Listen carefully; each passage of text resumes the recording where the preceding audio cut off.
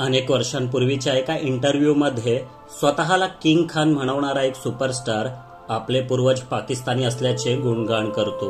मग पुढे हाच सुपरस्टार आपल्या मालकीच्या IPL टीममध्ये पाकिस्तानी क्रिकेटपटूंचा भरणा करतो आणि त्याबद्दल विचारले असता तो म्हणतो की पाकिस्तानी क्रिकेटपटू हे T20 प्रकारात जगात सगळ्यात अव्वल आहेत.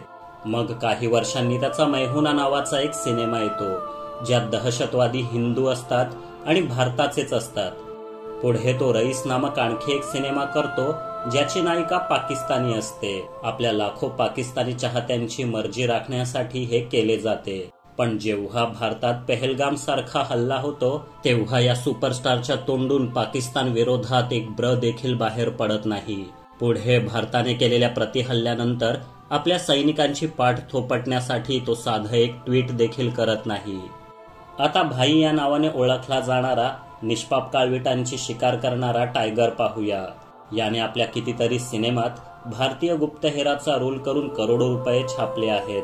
पण हेच महाशय मुंबईतील 26/11च्या नृशंस हल्ल्यानंतर म्हणतात की या हल्ल्यामागे पाकिस्तानचा हात होता असं आपल्याला वाटत नाही. मिस्टर परफेक्शनिस्ट नावाने ओळखला जाणारा एक सुपरस्टार तर पहलगाम हल्ल्यावेळी थेट तुर्कीलाच मुलाखती देत फिरत होता असे म्हटलं जातं. हा तोच तुर्कीय देश ज्यांनी पहलगाम हल्ल्यानंतरच्या युद्धात पाकिस्तानला उघडपणे मदत केली होती. अशी अनेक उदाहरणे आहेत. हमासच्या भ्याड हल्ल्यानंतर जेव्हा इस्रायलने गाझाची पद्धतशीरपणे ठासायला सुरुवात केली तेव्हा हेच बॉलिवूडवाले ऑल आईज ऑन राफाचे स्टेटस ठेवून अश्रू गाळत होते. पण जेव्हा निष्पाप भारतीय नागरिक किंवा सैनिक मारले जातात तेव्हा त्यांना काहीही पर्वा नसते. असा दुटप्पीपणा का?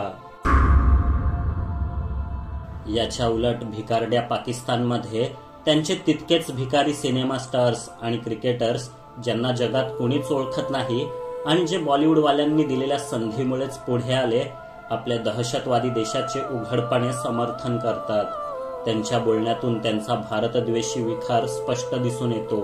तरीही आपले बॉलिवूडवाले त्यांच्यासाठी पायघड्या अंथरतात. असे का?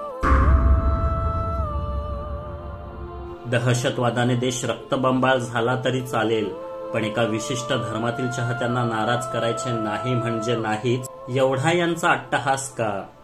भारतात हिंदी सिनेमाला सुरुवात झाली तेव्हापासून बॉलिवूडचं हे हिरवं प्रेम प्रकरण सुरू आहे.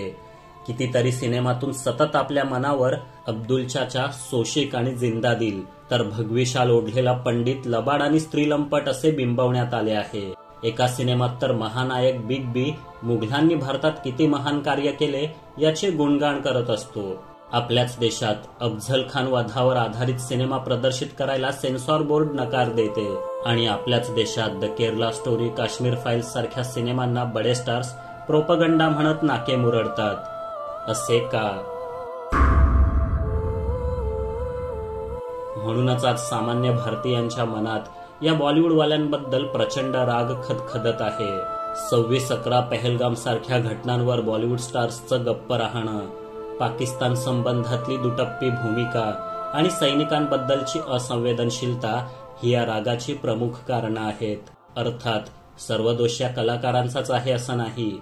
यांना तुफान प्रसिद्धी देऊन डोक्यावर बसवणारी सामान्य जनता देखील तितकीच जबाबदार आहे. खरं तर प्रत्येक जण पोटापाण्यासाठी काही ना काही काम करतो.